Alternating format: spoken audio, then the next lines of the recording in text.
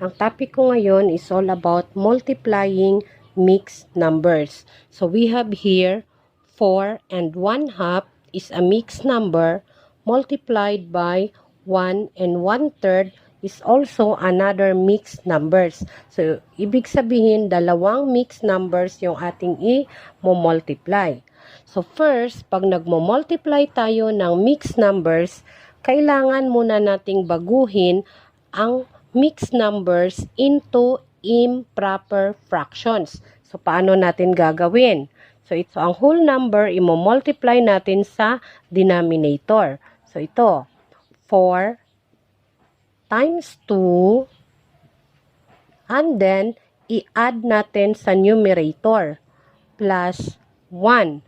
And then, copy the denominator 2. Then, multiply by another mix. 1 times 3. So, ito yun na, whole number multiplied by denominator. 1 times 3, and then plus numerator 1. And then, copy the denominator 3. So, equals. Ito muna unahin natin. 4 times 2 is equals to 8 plus 1. Then copy the denominator. Times 1 times 3 equals to 3 plus 1, and then copy the denominator. So equals 8 plus 1 equals 9. Copy the denominator 2. Then times 3 plus 1 is 4. Copy denominator 3. So we now have 9/2 times 4/3.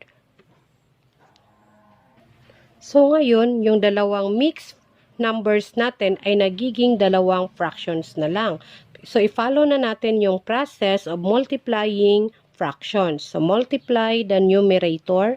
9 times 4 equals 36. And then, multiply the denominators. 2 times 3 equals 6. So, meron tayong 36 over 6. Then, i-divide natin. 36 divided by 6 is equals to 6. So, yun lamang po kasimple. So, another example of multiplying mixed numbers is 2 and 3/4 times 1 and 1/2. So, we have to follow the process. Whole number multiplied by the denominator. So, 2 times 4. Then, i-plus natin yung numerator na 3.